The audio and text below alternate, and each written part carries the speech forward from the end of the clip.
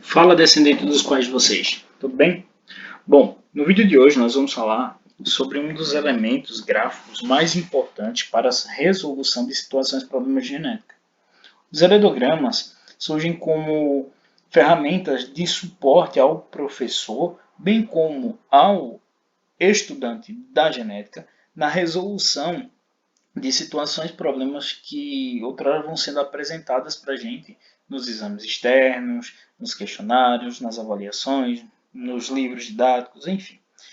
Eles nada mais são do que representações das relações de parentesco que existem entre seres e automaticamente se nos apresentam como uma espécie de árvore genealógica. Ok? Então, é importante salientar que eles são muito importantes e acabam sendo elementos de grande valor. Esse slide é um presente, certo, de nossa querida professora Amanda, que de imediato organizou alguns elementos aí para mim e que a gente vai começar a desenvolvê-lo a partir de agora. Então, o que são heredogramas? Heredogramas são representações gráficas que facilitam a compreensão das relações de parentesco existentes nas situações de problemas genéticos. Então, toda situação, problema de genética que envolver diversos graus de parentesco entre indivíduos distintos vai demandar uma representação gráfica. A verdade é que seria muito difícil, por exemplo, compreender todo o parentesco da família Simpson sem uma representação gráfica. E fica parecendo mais aquelas descrições de quem é descendente de quem, que é filho de quem, que, né, aquelas coisas que a gente costuma ver de fulano, filho de não sei quem, neto de não sei quem, irmão de fulana de tal, que trabalha não sei aonde. Então, para evitar essas informações desnecessárias, nós construímos os heredogramas, que são nada mais nada menos que árvores genealógicas que resumem toda a problemática da genética de uma forma mais aprazível para que nós possamos solucionar de imediato o que a pergunta nos exige, ok? Então, a partir daí, nós precisamos entender que para construir uma representação dessa, é necessário uma espécie de legenda, ou seja, um grupo de imagens informativas que vão nos ajudar a compreender de imediato todos os elementos que estão ali envolvidos, sem que necessariamente eu precise desenhar rosto por rosto, como foi o caso do nosso heredograma dos Simpsons. Então, eu preciso que vocês parem neste momento e prestem atenção nos elementos gráficos que nós vamos apresentar e como eles se relacionam com cada indivíduo necessariamente envolvido dentro do heredograma. Por exemplo, os indivíduos do sexo masculino. Esses indivíduos são representados por um quadrado simples, sem nenhum preenchimento. Quando é que esse quadrado não terá nenhum preenchimento? Quando o indivíduo não apresentar a herança que for designada desde o início da questão problema. Se a questão fala de albinismo, o indivíduo que não apresenta preenchimento, ou seja, o quadradinho branco, ele não vai ter a herança. Se a questão fala de rutilismo e o quadradinho está branco, o indivíduo não vai ter a herança. Se a questão fala de fibrose cística, fala de polidactilia, fala de daltonismo, fala de hemofilia, fala de acondroplasia, enfim, qualquer herança que a questão mencione, todos os indivíduos representados em branco não irão apresentá-la. Nessa perspectiva, olha que exemplar magnífico da espécie humana do sexo masculino. Sem nenhuma herança, tá? Sem nenhuma herança de imediato que lhe torne um ser desfavorável ou favorável à população qual pertença. Já o indivíduo do sexo masculino que apresenta uma dada herança genética, ele sim vai ter o seu quadradinho preenchido, tá? Então ele vai ser representado por um quadrado preenchido e esse quadrado preenchido vai lhe conceder alguma característica, que nesse ponto pode ser desfavorável ou não, como nós vemos na figura aí, né? Eu acredito que esse deve ser o gene ou da riqueza ou da beleza. E o de cima não herdou muita coisa não, tá? Bom, já no caso dos indivíduos do sexo feminino, nós temos a representação dada através de um círculo, que nesse caso, né, assim como nós representamos na outra legenda, nós temos aqui uma espécime magnífica e aparentemente sem nenhuma herança desfavorável, a boa e velha Filomena. E assim como no outro exemplo, também destacamos o indivíduo que apresentou uma herança genética que pode ou não ser desfavorável, aqui o círculo vai estar pintado quando a herança for dada no indivíduo, como, por exemplo, a da Gal Gadot, né, da famosa Mulher Maravilha, que apresenta algumas heranças aí bem mais interessantes do que da própria Filomena. Bom, e a partir desse ponto, uma questão que o pessoal sempre questiona, sempre busca saber e entender e muitas vezes acabam sendo informados de modo errôneo a respeito da sua significância, é o danado do indivíduo com sexo indeterminado, como é o caso do losango. O losango ele é utilizado apenas quando o indivíduo não apresentou sexo definido na questão. Como assim? Aí o pessoal já começa vindo com aquela história de sexualidade, de sexualismo, né? Como muitas vezes o pessoal discute de forma errônea, os termos de fato a respeito disso, vem querendo trazer à tona toda uma questão social, toda uma questão intrapessoal, quando na realidade essa representação não quer dizer isso não.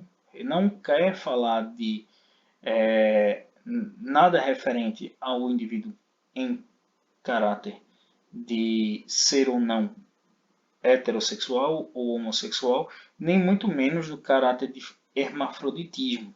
O indivíduo que é representado por losangos, ele pode sim também herdar uma herança genética e ser representado com um losango pintado, mas ele não está relacionado a nenhum desses fenômenos de determinação do órgão sexual ou até mesmo do próprio processo afetivo que ele tenha, mas sim quando não é determinado de fato qual o sexo biológico da criança. Porque de imediato podem existir situações nas quais a questão está trabalhando exatamente uma criança que ainda não veio a ser concebida. Ou ainda mais, de um indivíduo qual eu não conheço a sua, a sua determinação sexual frente a uma não exposição do dado. Como, por exemplo, se eu disser a vocês que um indivíduo foi proveniente do casamento de um homem com mulher. Ou seja, eu não estou dizendo se é do sexo masculino ou do feminino. Ah, professor, mas o senhor disse indivíduo. Então é do sexo masculino. E existe indivíduo? Não existe. Então, automaticamente, essas palavras que não explicitam de fato o sexo do indivíduo acabam demandando a utilização do losango. Por exemplo, um casal gerou vários descendentes. Eu sei se são meninos ou se são meninas, ou se ainda podem ter um grupo de meninos, um grupo de meninas. Eu não tenho essa certeza, eu não posso determinar assim. Então, eu utilizo o losango. Já no caso de indivíduos do sexo masculino, de imediato, se enlaçarem em matrimônio com indivíduos do sexo feminino, automaticamente eu vou ter um casamento representado pela união do quadradinho com o círculo. Né? Amor não tem idades, amor não tem limites e automaticamente nós também temos os casos dos casamentos consanguíneos, que são representados pelo quadrado e o círculo conectados por duas linhas. O que são casamentos consanguíneos? São casamentos entre primos, entre meio-irmãos, certo? Então, são casamentos entre indivíduos que têm a mesma linhagem sanguínea. O professor, e aquela história de que quando primo casa com prima, tendem a ter um filho que apresenta uma herança desfavorável, né? Vovô dizia aquele negócio de não pode casar primo com primo, porque senão nasce com problema. Não, não é bem isso e ao mesmo tempo não deixa de ser. Como os primos, meio-irmãos e outros indivíduos de relacionamentos consanguíneos têm a mesma linhagem, o gene que outrora é herdado para uma característica desfavorável é também herdado por outro. Então, é uma maior suscetibilidade de herança, ou seja, é mais provável que ambos herem os mesmos fatores que sejam desfavoráveis.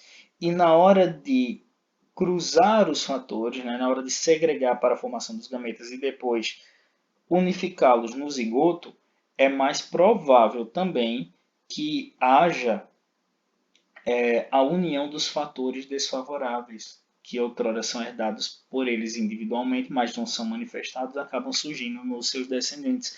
É o caso, por exemplo, se a gente pensar, né, quiser associar de uma forma mais a compreender o fenômeno, seria no caso das ervilhas. Imagine que o gene V, né, o gene Vzinho de Mendel, ele seria um gene com uma característica desfavorável. Um exemplo, tá? Eu estou trabalhando com uma exemplificação da situação.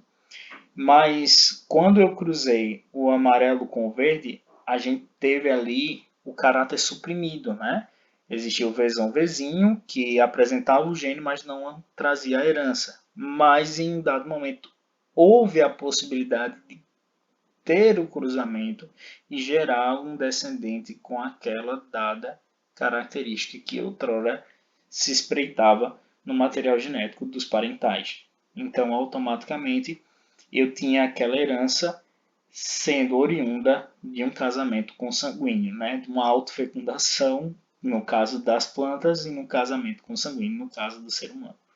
Bom, a partir daí nós também temos o divórcio, que eu já acabei colocando ali o tracinho e adiantando que, na verdade, ele vai funcionar como um, uma espécie de anulador da relação existente entre os dois indivíduos do casamento.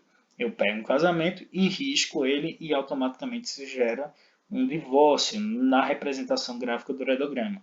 Por que representar o divórcio? Simples, porque muitas vezes eu vou precisar fazer outras conexões entre, por exemplo, essa bolinha e esse círculo, e automaticamente gerando outros descendentes ou não gerando descendentes, e isso vai me permitir traçar, né, ligações e relações hereditárias, relações afetivas de casamentos e por aí vai, sem que haja de fato um conflito na mente do leitor do gráfico em compreender que de imediato existia um casamento que se desfez e agora existe outro, e não casamentos simultâneos, tá? Não existe poligamia no heredograma.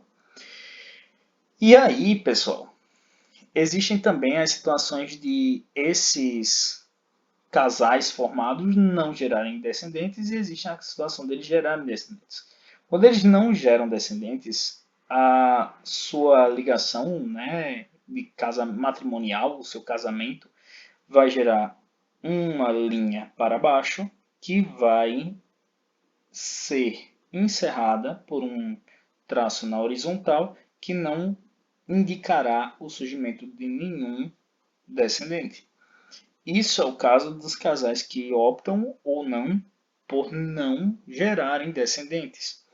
Já os casais com filhos, né, casais com descendência, eles geralmente têm, partindo do seu enlace matrimonial, uma linha que traz uma nova geração que agora é fruto é proveniente da geração anterior. E isso pode ser representado melhor nos casos de irmandade, quando, por exemplo, eu apresento, vindo de um casamento, vindo de um enlace matrimonial, um indivíduo talvez do sexo masculino, talvez do sexo feminino, pode ser vários, né? Pode ser que nem 9 e por aí vai. Então, geralmente são irmãos, quando apresentam-se assim em paralelo. Posso também ter casos de gêmeos dizigóticos, como é o caso dessa representação, onde essa conexão em V, digamos assim, que ocorre entre esses dois indivíduos representam que eles são gêmeos diferentes, ou gêmeos dizigóticos, é o caso dos supergêmeos, tá? Que, embora sejam gêmeos, mas possuem características específicas, principalmente a própria determinação sexual, né? Eles são indivíduos que têm sexos distintos, porque são gêmeos diferentes, ou gêmeos dizigóticos, ou ainda gêmeos bivitelinos, ok? Já no caso dos gêmeos monozigóticos, que são provenientes de uma mesma célula zigótica, né? Eles eram um mesmo organismo celular que, porventura, na hora da divisão da clivagem, né, da formação embrionária, acabaram se segmentando, né, se segregando, perdão, e de imediato formaram dois indivíduos distintos. Mas existe ainda um elo entre eles, representado pelo tracinho, ok? E esse elo faz com que eles sejam idênticos, gêmeos monozigóticos ou ainda gêmeos univitelinos. E agora eu quero trazer para vocês esse exemplo, que diz o seguinte: o heredograma a seguir representa as relações de parentesco de indivíduos albinos e não albinos. Com base em nossos estudos, determina os possíveis genótipos desses familiares. Veja por que é interessante a presença do heredograma em situações problemas de genética. Eu vou utilizar aqui a nossa canetinha para determinar as situações.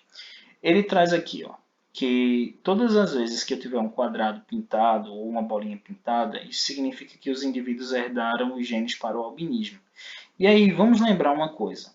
Quando o indivíduo era azão,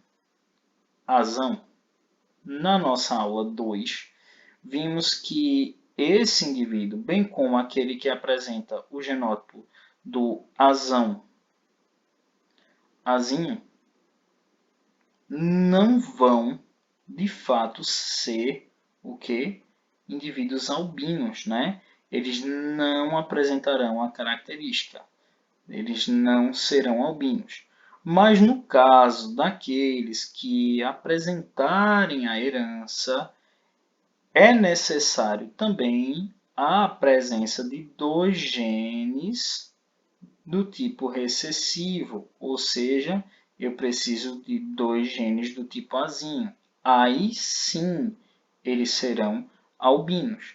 Logo, é importante que a gente mencione que neste heredograma é fácil descobrir quem é albino e quem não é.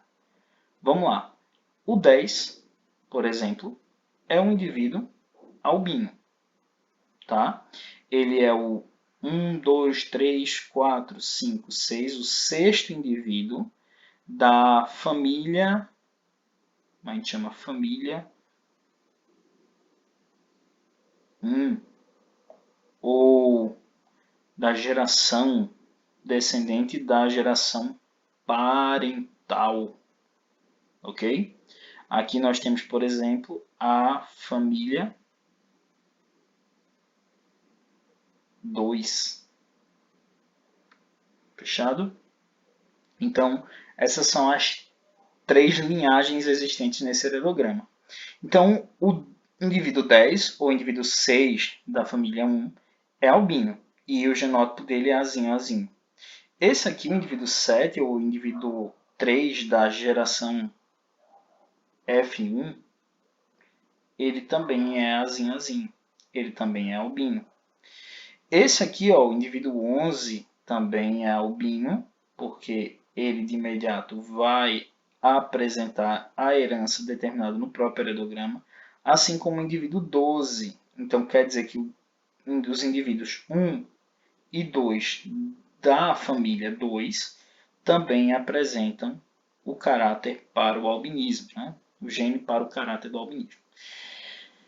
Bom, eu determinei a herança aí de uma porrada de pessoas dentro desse heredograma, sem necessariamente precisar efetuar nenhum cálculo. Mas o interessante é, eu consigo determinar a maioria dos outros, se não todos. Querem ver? Por exemplo, se esse 10 aqui herdou o genótipo Azinho, isso significa que ele herdou um Azinho do seu pai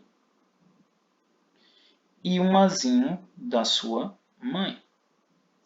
Automaticamente, eu posso determinar que esses indivíduos são de genótipo heterozigoto, ou seja, que esses indivíduos são Azinho.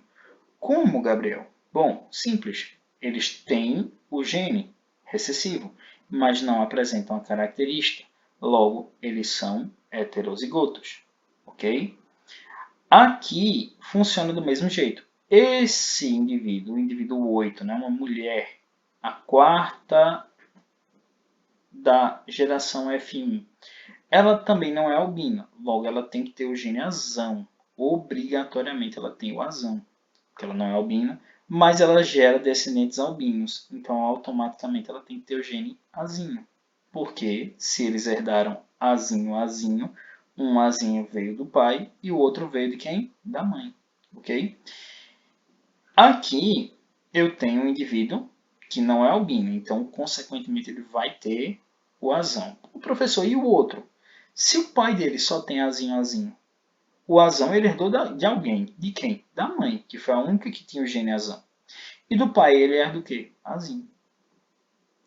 Opa, peraí, Gabriel. Então quer dizer que a gente está conseguindo determinar todos os genótipos sem necessariamente ter que fazer nenhum cálculo? Exatamente, sem ter que fazer nenhum cálculo.